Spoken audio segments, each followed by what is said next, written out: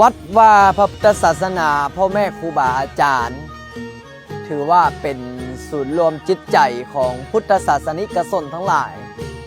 สร้างวัดก็เพื่ออยากให้คนมาสวดมนต์นั่งสมาธิภาวนารักษาศีลฟังเทศน์ฟังธรรมศึกษาและทำคำสอนขององค์สมเด็จสัมมาสัมพุทธเจ้าในสมัยครั้งพุทธกาลก็มีอนันทบิณฑิกะเศรษฐีนางวิสาขาหรือว่าอุบาสกอุบาสิกานั่นแหละได้สร้างวัดสร้างวาถวายน้อมเป็นพุทธบูชาธรรมบูชาสังฆบูชาให้พ่อแม่ครูบาอาจารย์หรือว่าให้พระสงฆ์สามเณรได้อยู่ได้ศึกษาได้ปฏิบัติธรรมมื้อนี้พระอาจารย์ก็เลยจะสร้างวัดคือกันเนื่องด้วยมีเจ้าภาพเจ้าศรัทธาถวายที่ถวายทางอยู่บ้านนายางเมืองนาไซทองนครหลวงเวียงจันทร์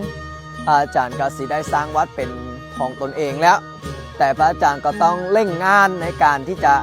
สร้างห้องน้ำเนื่องด้วยวันที่9เดือนพฤษภาปี2025เนี่ยหรือว่าวันที่9เดือน5เนี่ยนะพระอาจารย์ก็สิจัดพิธีเนาะพอดีว่าโยมจะถวายที่ดินเป็นธรณีสงฆ์สร้างวัดของพระอาจารย์นี่แหละก็อนุโมทนาสาธุบุญกับเจ้าภาพเจ้าศรัทธาพระอาจารย์ก็เลยต้องรีบเร่งสร้างห้องน้ำให้สำเร็จให้ทัน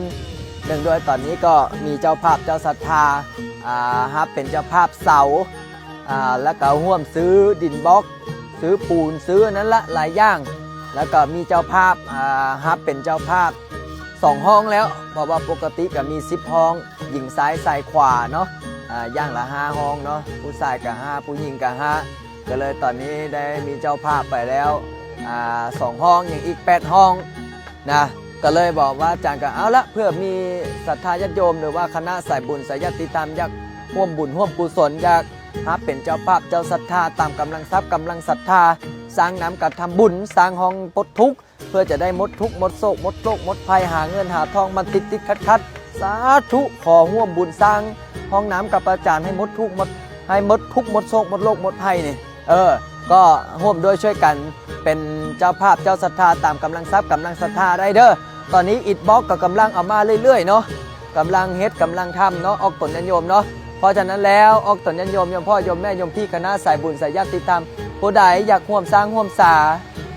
ร่วมกินร่วมทานร่วมเกาะร่วมแขนร่วมห้อยกับอาจารย์ก็สามารถร่วมได้เด้อ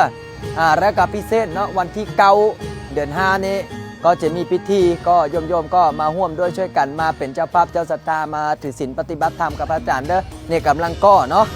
ตอนนี้ก็กำลังจะเอาโถส้วมนี่ประมาณอันละ 3,500 เด้อโยมพ่อโยมแม่โยมพี่เด้ออันหนึ่งประมาณ